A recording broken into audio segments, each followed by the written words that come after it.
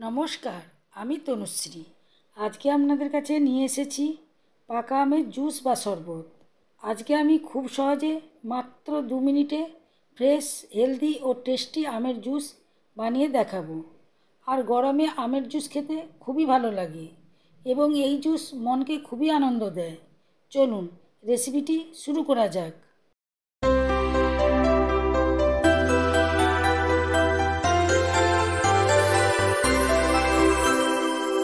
পাকা আমের জুস বা শরবত বানানোর জন্য এখানে আমি 4টি পাকা আম নিয়েছি।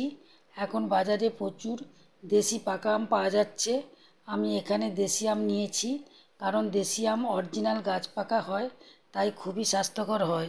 চাকুর সাহায্যে আমের বোটাটা বাদ দিয়ে দিয়েছি, দিয়ে এইভাবে আমি ছাড়িয়ে নিচ্ছি। এইভাবে আমটা ছাড়ানো খুব সহজ হয় এবং চট করে আমটা ছাড়ানো হয়ে যায়।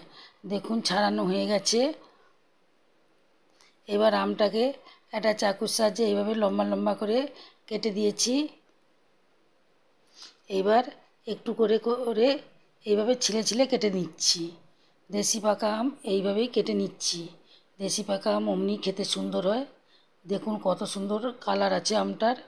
সবগুলো আমি কেটে নিয়েছি। এখানে আমি মিক্সিং জারের মধ্যে আমগুলোকে ঢেলে দিচ্ছি। আমি এখানে 1 বাটি চিনি দিয়ে দিচ্ছি। আপনারা আমের পরিমাণ হিসাবে চিনি কম বেশি দেবেন এবং যে যতটা মিষ্টি খান তার উপর চিনি দেবেন। চিনিটা দেওয়া হয়ে গেছে।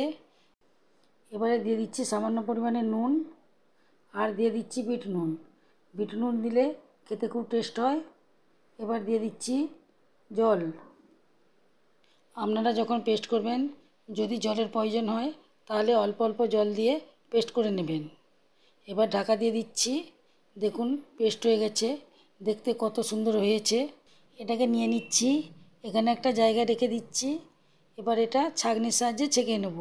ছাঁকনির মধ্যে অল্প দিয়ে দিচ্ছি, দেখুন নিচে দিয়ে পড়ছে।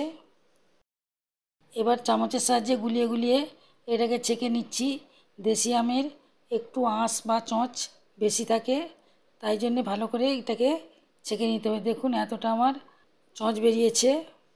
দেখুন অতটা আমের এইটুকু চোঁচ বেরিয়েছে। এবার এটাকে আমি ফেলে দেবো।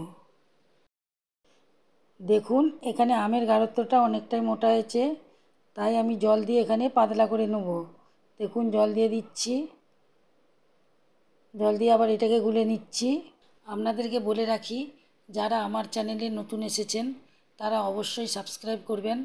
আর যদি আমার রেসিপি আপনাদেরকে ভালো লেগে থাকে, লাইক দিতে ভুলবেন না। দেখুন জুসের গাঢ়ত্বটা আমি এই রকম রেখেছি।